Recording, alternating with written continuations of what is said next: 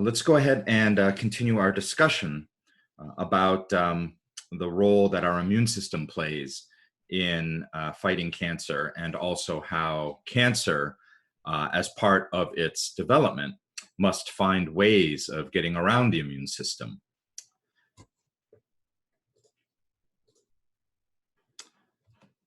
Last time we introduced some basic concepts of immunology and how certain cells in our immune system function, the roles that they play in facilitating the detection of foreign types of signals and being able to interpret those signals and activating different effector cells of our immune system to be able to go ahead and actually deal with the things that are presenting those signals.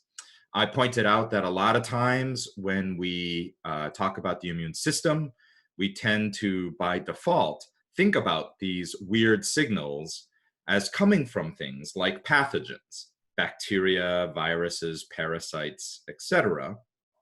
And that's how we normally think of the role of our immune system, is protecting us against these foreign invaders by detecting these different foreign signals that they present. But importantly, a big role of our immune system is to protect us every single day against diseases that are starting from within. In other words, our own body's normal tissues, as they become damaged, aged, or start going down the path of disease, will also present signals to the immune system. And when you stop and think about, relatively speaking, the vast majority of time, your immune system is preoccupied with maintaining the normal healthy status of your body's tissues. And only a small part of your immune system's activity, then, relatively speaking, is being devoted to things like actually fighting infection of some sort of pathogen. So we said last time that in order for the cells of our body to be able to communicate with the other cells of our immune system, the normal cells of our body then must have the responsibility of presenting on their surfaces evidence of what's happening inside of them, because that's the only way that an immune cell that comes along and bumps into this otherwise normal body cell, right? That's the only way that this immune cell has a chance to check out the status of this cell and determine if it's healthy or if it's showing weird signals that might indicate infection or disease. So last time we learned that in order to do this, the cells in our body express these MHC proteins on their surface. And these MHC proteins can be thought of as little platforms that get loaded up with short little peptide fragments from proteins that are coming from within the cell, and then going to the surface of the cell and displaying these peptides on the outside. So let's continue on with that discussion, because this idea of MHC presentation of signals is very important for our discussion about how normal immune cells react to things like cancer. So here we have two examples of two different immune cells that can serve as important messengers to activate things like T cells. So on the top, these panels represent a dendritic cell. The function of a dendritic cell, so it's a type of leukocyte, it's a type of specialized white blood cell that's sort of crawling around inside of your tissues, and it picks up all kinds of things by phagocytosing, or eating them, essentially. So let's say this whole big yellow cell on the top is a dendritic cell. These different colored little things that it's eating or phagocytosing might represent scraps of dead cells, or they might represent bits and pieces of things like a pathogen, or they may even be an entire bacteria or virus. And so the dendritic cell is not very discriminatory in terms of what it takes in. It just is constantly constantly taking things in through phagocytosis. So it takes these things in, and in the vesicles, it goes ahead and it processes these. So it breaks down these big chunks into smaller molecular components. Among these components will be small peptides, small fragments of whatever proteins came in. And so that's what these little red, blue, and green dots represent.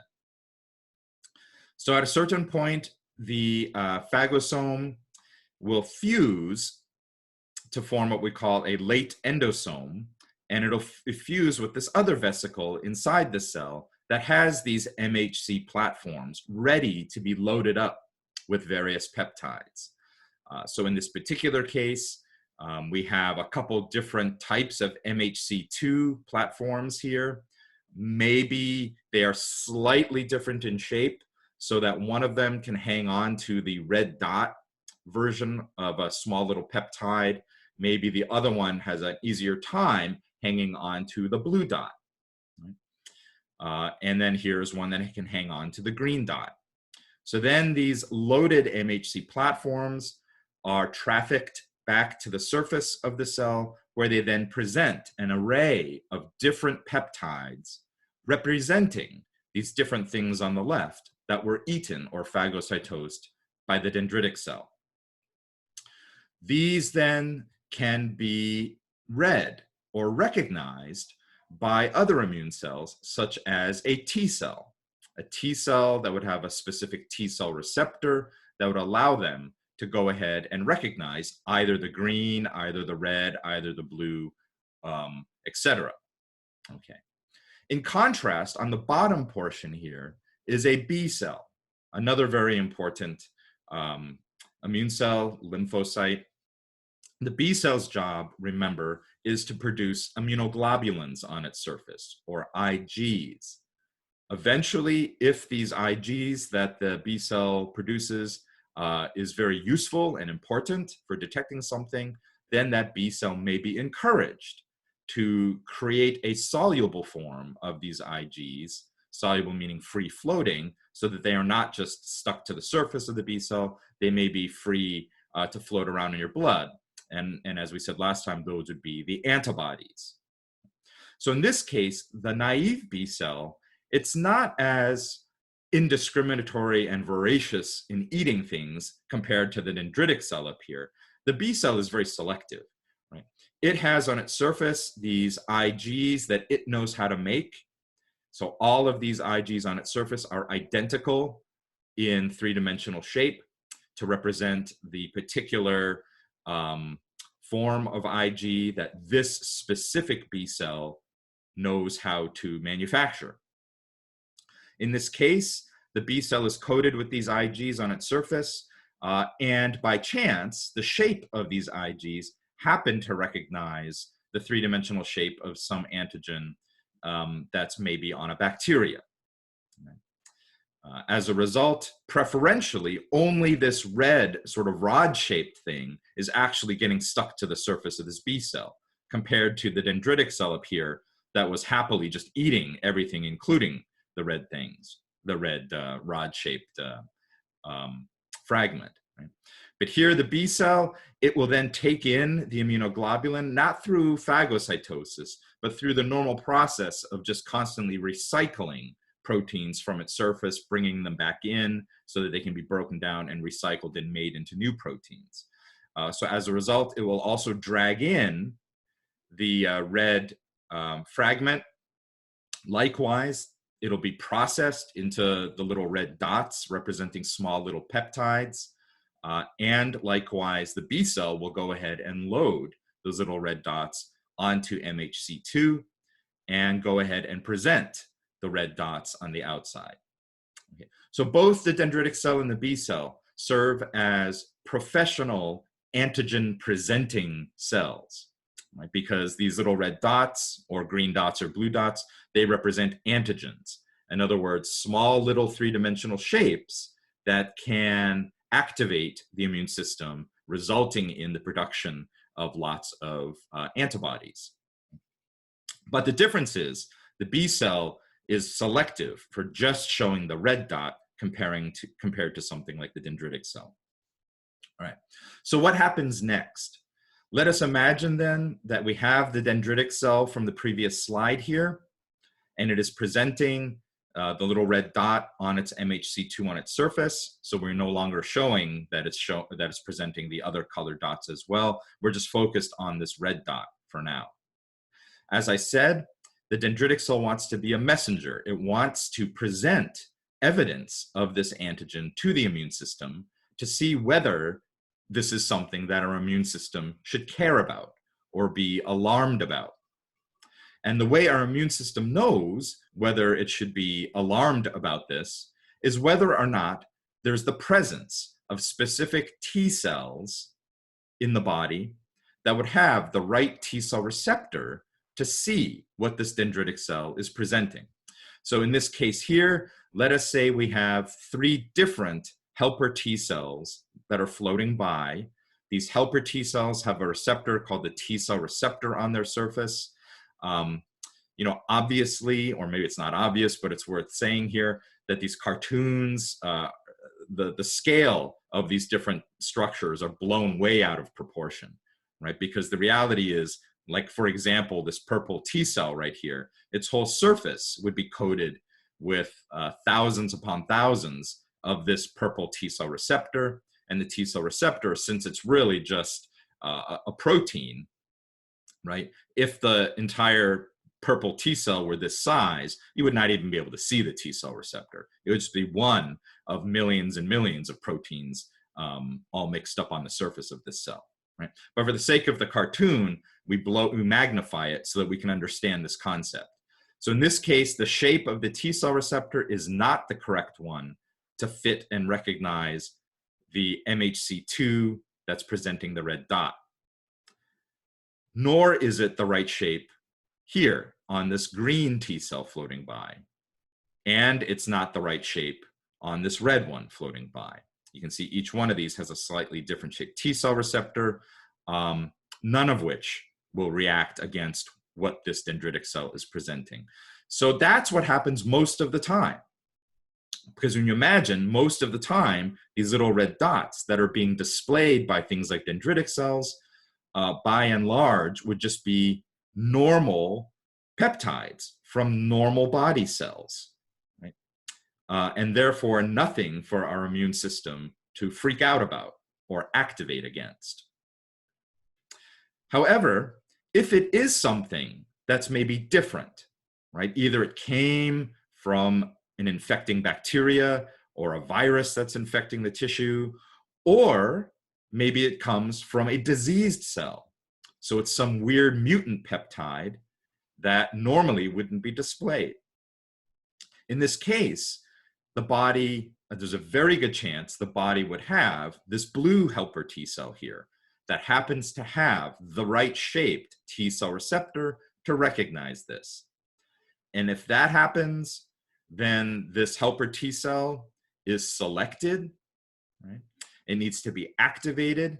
So part of the activation is not only its T cell receptor sending signals into the T cell's nucleus to start turning on different genes that activate the T cell, but also the dendritic cell is sending little cytokine messages or small little protein messages over that are received by this T cell.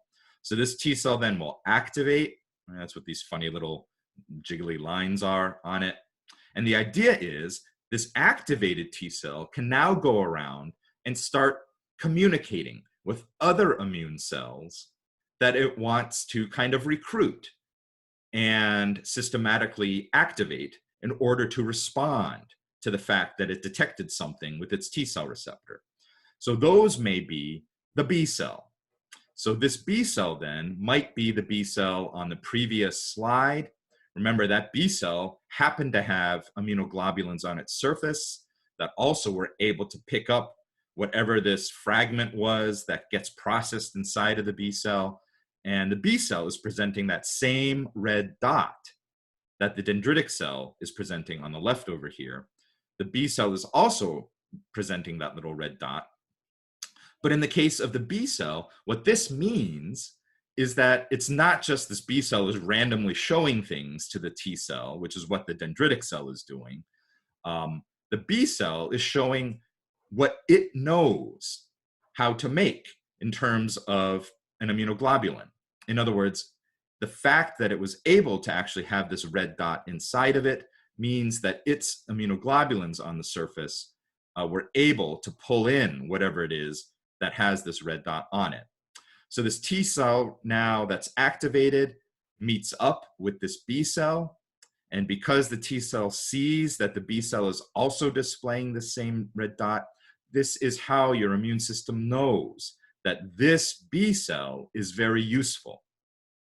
So this helper T cell will then talk to the B cell, it will activate it, and it may encourage that B cell to turn into a plasma cell that then releases massive amounts of that specific immunoglobulin that this B cell that's now turned into a plasma cell knows how to make. And importantly, it is now the free-floating version of this immunoglobulin, the antibody form, right, that can now float around in the body and be way more efficient in binding to whatever that original red rod-shaped target was that your immune system is somehow recognizing as a threat.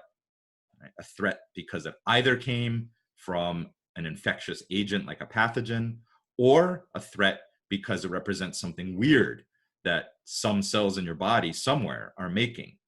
Right? Maybe because those cells are turning into cancer. So in addition to the B cells making antibodies, we will have also that other group of T cells, the T cells that are not helper T cells that are trying to coordinate other immune cells so that you actually have an efficient immune response, but you have cytotoxic T cells whose job it is to go around and actually bump into other cells in the body that are displaying whatever this antigen is that this activated cytotoxic T cell has been instructed, to go and look for. And that cytotoxic T cell then can go ahead and kill whatever cell it bumps into that's showing this.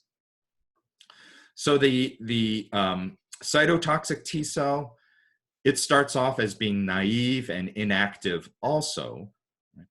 So we call this a cytotoxic T cell or TC precursor cell. That's what this sort of peach colored cell is, right? It's not active yet.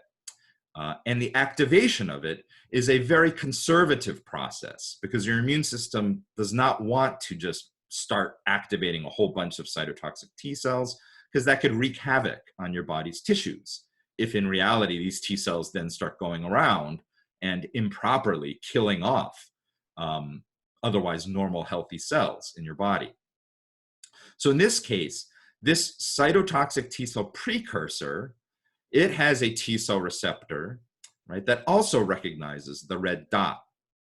But it recognizes the red dot being displayed to it on MHC1 platform proteins.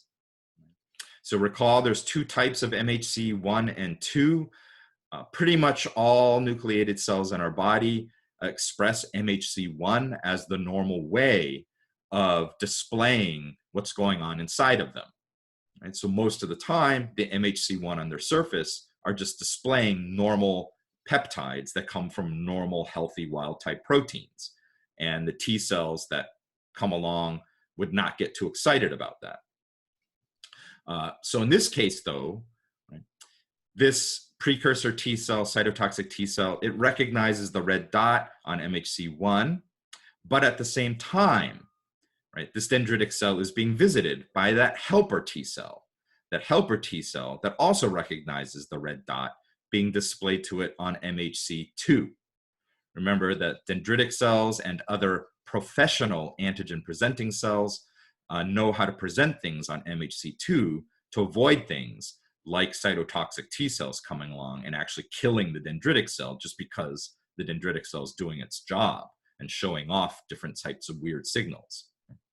So the helper T cell that's activated then sends signals to the cytotoxic T cell that's also kind of docked here.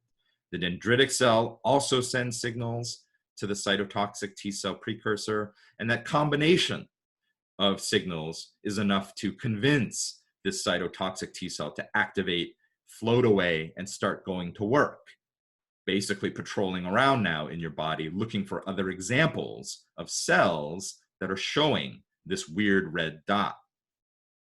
So here's the activated cytotoxic T cell. It has little black dots in it now. These little black dots are vesicles containing different types of cytotoxic molecules. So it's now bumped into another cell in the body, this gray cell, that's presenting a whole bunch of different things on MHC1, so brown dots, blue dots, green dots. Oh, but it's also presenting the red dot, right? And up until this point, your immune system has decided that this red dot is something to be concerned about. So the activated cytotoxic T cell that recognizes the red dot sees it and then sends out these cytotoxic messages that cause the gray cell to undergo apoptosis. So this gray cell might have been infected by a pathogen, or in the context of what we're talking about, this might actually be a tumor cell, right? And the red dot is some sort of strange peptide that reflects a mutation in a gene that coded for some protein inside of it. These illustrations show how this type of cell targeting works. So natural killer cells function very much the same like T cells, cytotoxic T cells, by synapsing or binding to random cells in the body that they encounter and kind of reading any evidence of strange signals. These are really nice images here. So here, this green thing is a natural killer cell that has synapsed or bumped into a breast cancer cell in brown here. And the natural killer cell has a whole bunch of sort of preset receptors on its surface that are looking for different types of very common molecular signals that represent things like cancer or damage to the cells. Right. So the natural killer cell here, it's pressed up against the breast cancer cell, so it has an opportunity for its receptors to detect the presence of many of these weird signals. And this natural killer cell will then send cytotoxic messages to this breast cancer cell to kill it. So this could also be a T cell. A T cell would look almost identical to this, right? The difference being that the T cell would be relying more on its special T cell receptor to see whether or not that red dot is being shown by the breast cancer cell. Right? But either way, natural killer cell or cytotoxic T cell, these photos would look very similar. This is nice on the bottom here. So here you have in profile a natural killer cell synapsed with a leukemia cell. So you can almost imagine that these two cell membranes are pressed up really tight against each other so that all the proteins on the surface of the cell membrane have an opportunity to interact. And so you'd have receptors interacting with ligand. The natural killer cell in this case then recognizes the presence of weird signals on the surface of the leukemia cell. It sends little protein messages over in the form of cytokines. And after 60 minutes, the leukemia cell has finished undergoing apoptosis. Remember, we learned apoptosis is a very quick process. Within an hour or so, what used to be this living cell has basically destroyed itself. And here, what you can see left over is the natural killer cell, still left over here, but next to this really sort of torn apart, imploded tumor cell, leukemia cell, right? So let's review some of the issues of how cells are told to undergo apoptosis. Previously, when we discussed apoptosis in our class, we were talking about a transforming cell having internal or intrinsic mechanisms for detecting things are going wrong, to the point where they cannot fix those things that are going wrong, and so it needs to trigger apoptosis, right? And do the right thing, as I like to say. Take itself out of the picture to save the whole organism from cancer. Remember, those intrinsic types of signaling pathways involved things like P53. P53 halting the cell cycle, P53 turning on different types of DNA repair mechanisms, and ultimately, if the P53 signaling keeps going, because there's just too much damage, then P53 pushes the nuclear option and the cell undergoes apoptosis. So that was all coming from inside, intrinsically.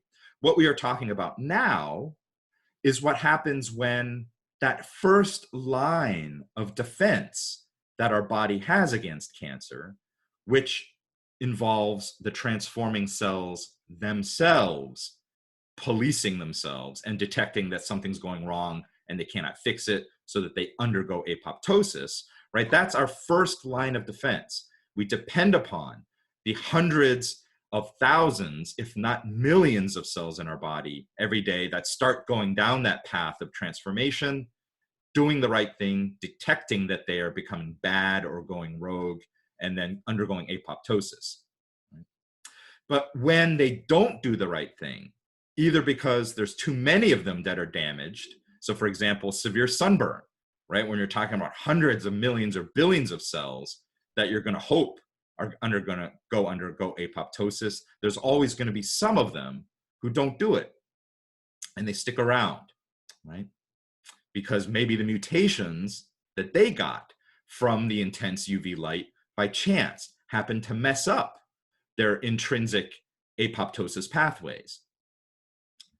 So then our second line of defense, what we are talking about now, is if those transforming cells don't apoptose on their own, it is up to our immune system to detect that they are transforming cells and then tell them to undergo apoptosis. So this message is no longer intrinsic. It's no longer coming from the transforming cell itself. It is extrinsic. It is messages being told to the cell that, hey, no, you shouldn't be hanging around. You need to undergo apoptosis. Right? So in this cartoon here, these extrinsic factors involve things like cytotoxic T cells or natural killer cells. So that's what this orange cell is here, synapsing with the transforming cell down here, right? And sending cytotoxic messages to it. These cytotoxic messages are various little small molecules. Granzymes are just an example of such messages. These granzymes then will activate those caspase pathways. Those caspase pathways then will begin to activate and cleave other proteins, including this BID protein. So this BID protein is one of those BCL2 family member proteins that we studied in our lecture when we talked about apoptosis. Remember, BCL2 and related BCL2 family members like BIM and BAX, they contain these BCL2 homology domains. That's how they're all kind of related. When we talked about BCL2, BIM, and BAX previously, we said that they help maintain the channels on the surface of the mitochondria that keep the cytochrome C inside the mitochondria, right? And if the cytochrome C leaks out, that is the important message in the cytoplasm of the cell for the cell to undergo apoptosis. Right? So the cytotoxic cells here are sending these granzymes in that activate some caspases that convert this other BCL2 related protein BID into its activated form. You can see it's been cleaved and now it's active, and that BID will then go and open up these channels and start the cytochrome C flooding out. Remember, the cytochrome C then forms the apoptosome with this APAF1, and then that will then kick off the caspase 9 pathway, which will then essentially be identical to the intrinsic apoptosis pathway that we studied previously. Okay. But the difference now is, right, the cell wasn't going to do this on its own. It needed to actually be told to do it by the cytotoxic cell. Another extrinsic signaling factor is the Fas ligand, or Fas-L. That's this dark brown protein that arrives and is received by the Fas-L receptor. So that's this lighter brown one. This is also called the death receptor, right? Because this similarly will kick off caspase pathways that will also go ahead, activate the BID to go ahead and release the cytochrome C from the mitochondria, but as well, it will also contribute to the activation of many of the caspase pathways that ultimately end up digesting away all the different big macromolecules that make up the cell, right? And that's part of the quick process then, this program of apoptosis. Not surprisingly, because FASL, this death receptor ligand, and the receptor for FASL, the death receptor, are themselves just proteins, they are coded for by genes. So it's quite possible that the regulation of these genes might get messed up as part of the many mutations that a cancer cell is stumbling through, right? So one thing that might happen is that for some reason, these cancer cells start making a ton of FASL by mistake. So you might think, well, that's not going to work too good, because if they themselves have the death receptor on their own surfaces, if they make a lot of FASL, then they're just going to kill themselves, right? And that's probably true. So many of the clones of the many sort of subpopulations of cancer cells in a tumor, right, that are all stumbling upon different mutations now, many of them will just die off because maybe they stumble upon making lots of FASL and then it quickly just kills themselves, right? But what if a second mutation happens, right? Maybe the mutation was to actually disable the production of the FASL receptor. Oh, so now if you have cells that don't have FASL receptor or death receptor, now if these cells start making a ton of FASL, they are immune to this, right? But importantly, the other cells around them that still have the death receptor are going to get hit really hard by all this FASL ligand that the tumor cells are making. That could include stromal cells. So you might suddenly cause the stroma to really start being eroded, right? Allowing more space for the tumor cells to grow rapidly. Importantly, it may actually be immune cells that are trying to come and attack the tumor. So let's look at these illustrations here. So on the left, we have some melanoma cells that are transforming. The blue stain are the nuclei of the cells, and the red is staining for the production of FASL. So these cells have stumbled upon the manufacturing of tons and tons of FASL protein, right?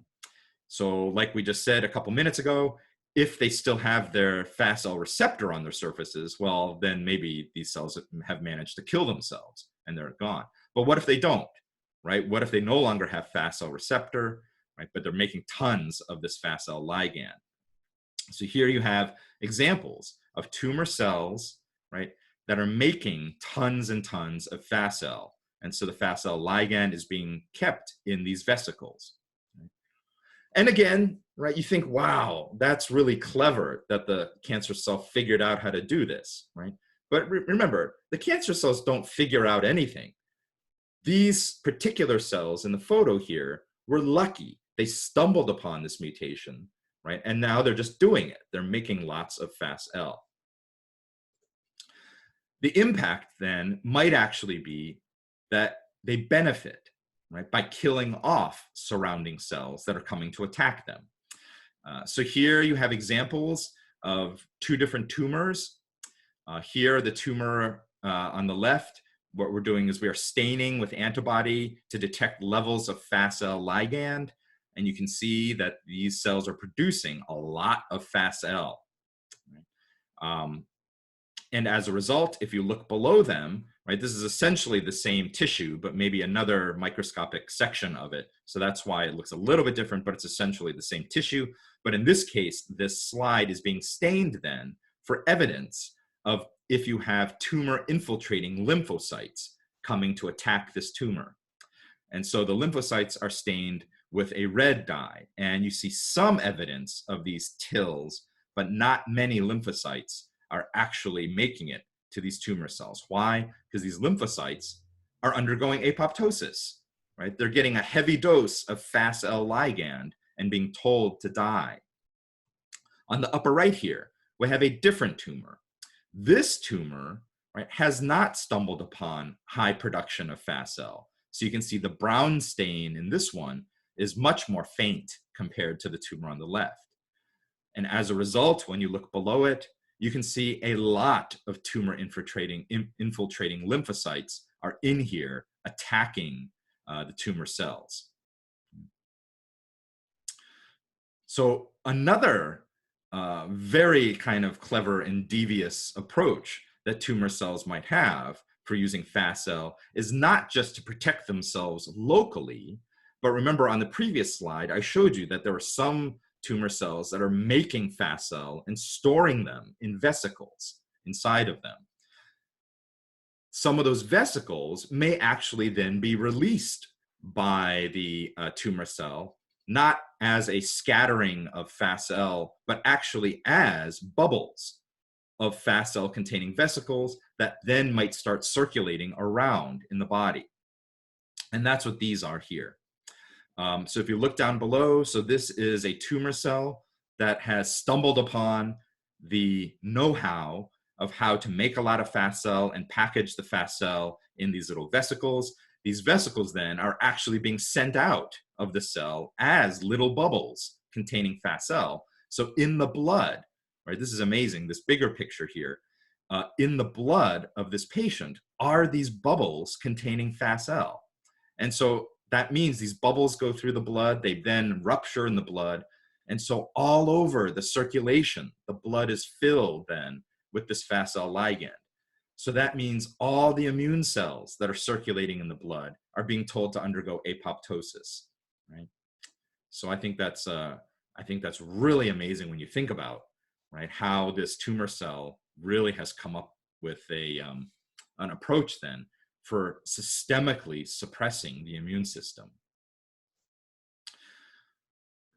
Another way that tumor cells manipulate T cells that are coming to attack them involve things not just fast cell, but things that are maybe a little bit more T cell specific.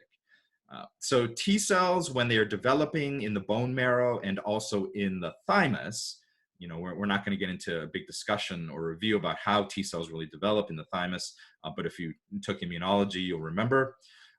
They have on their surface a receptor for TGF-beta. TGF-beta actually inhibits the proliferation of T cells, and it's a way that our immune system normally manages keeping the population of antigen-specific T cells under control. Tumors might stumble upon the production of TGF-beta, right, as a way to discourage T cells that are coming too close to also be inhibited. So here you have melanoma cells that are expressing high levels of TGF-beta. These little things are little squares, right? And so what this cartoon is saying is that normal developing T cells and active T cells would have these TGF-beta receptors on their surface so they can fit these little squares. And as a result, as these T cells get too close to the melanoma cells, they are told to stop proliferating and they die. Okay, so as a result, the melanoma cells, they thrive and the tumor can then become very aggressive and keep growing. On the left is some evidence from research showing how important this TGF receptor can be and why the TGF receptor might be a good target for different types of immunotherapies. So here we have some lymphocyte precursor cells. So these are developing T cells that came from, let's say, a in vitro source where they were modified so that they have a defective TGF-beta receptor on their surface. So now their TGF-beta receptor, instead of being nice and square, you can see they're kind of pinched, right, like little triangles. So when these T cells develop inside of the patient's body then, because their TGF-beta receptor is defective, those same melanoma cells on the left here, which are the same melanoma cells on the right, while they're making these little square-shaped TGF-beta, they do not get received by these sort of engineered lymphocytes that have defective TGF-beta on their surface. So as a result, these green lymphocytes, they ignore the TGF-beta signal. They proceed to attack the melanoma cells, right? So they bind to the melanoma cells, send cytotoxic, extrinsic apoptosis messages to them, and the melanoma cells are destroyed.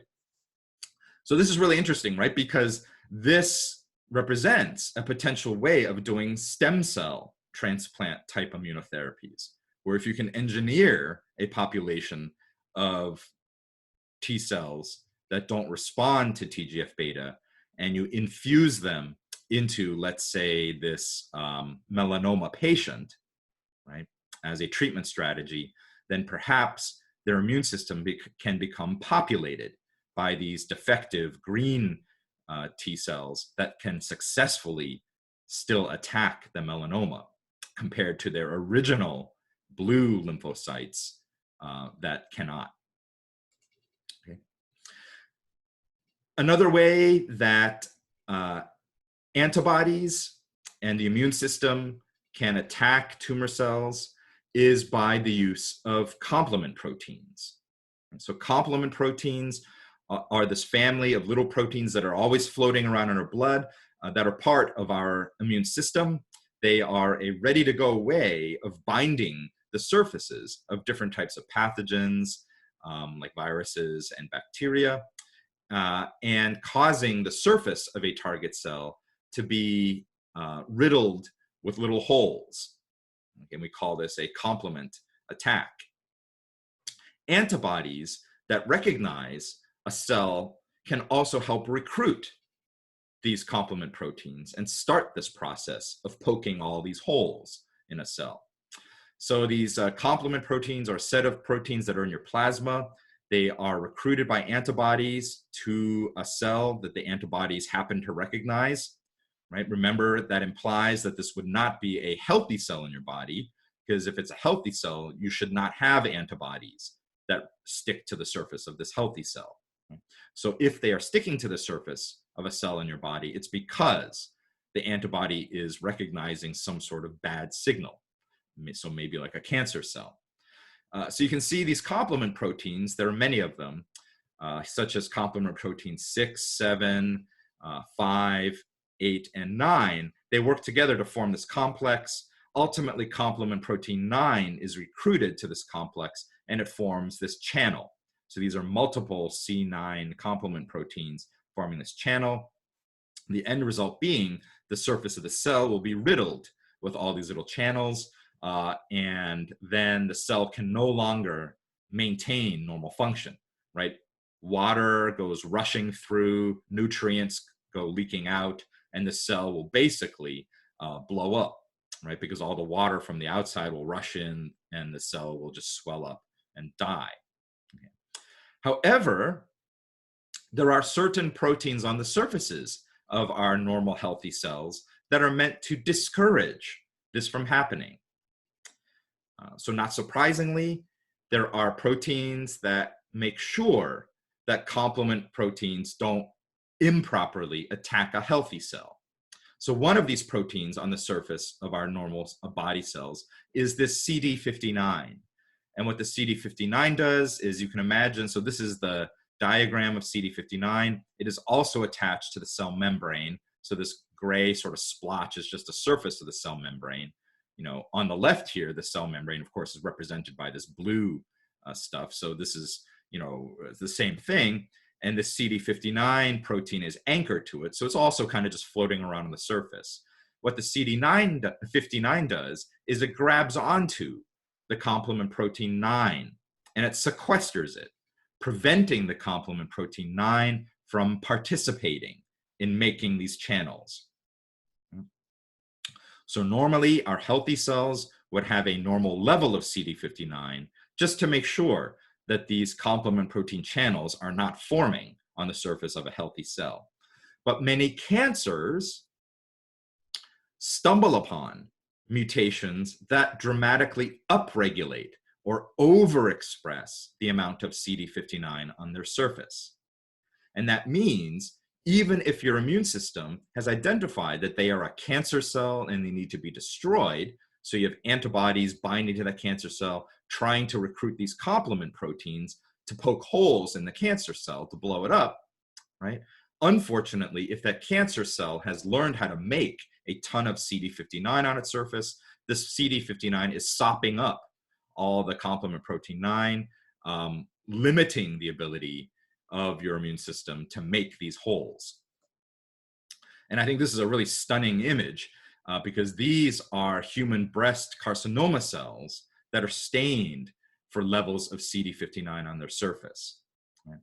And you can really see that I think what we're looking at here are we have normal cells that are sort of the fainter green, right? That would be the normal level of CD59 on the surface of your normal body cells. But here we have these little micro metastases of cancer cells, right? And they express so much of this CD59 that they just stain as this bright yellow.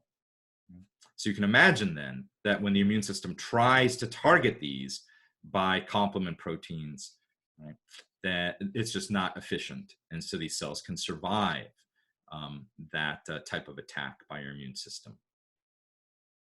Okay. All right, so that's where we're going to end today. On Friday, we will finish talking about other examples of how cancer cells evade the immune system. You know, hopefully you guys find this very interesting because I think it really makes you think, wow, how devious and clever these tumor cells are to find ways of getting around the immune system. But I think it's always amazing when you then remind yourself, right, that these cancer cells have just come upon these different mechanisms by chance, right, by random mutations. And as we've always said, most random mutations either have no effect or actually are deleterious and harm the cell that has encountered this mutation, right? So what you're really selecting for over years of tumor formation and then finally the crazy aggressive expansion of a metastatic cancer is rapid populations of subpopulations of tumor cells just trying all kinds of random mutations, and the ones that succeed in stumbling upon these types of mutations that we discussed today, right? They have that dramatic advantage of now being able to get around the immune system.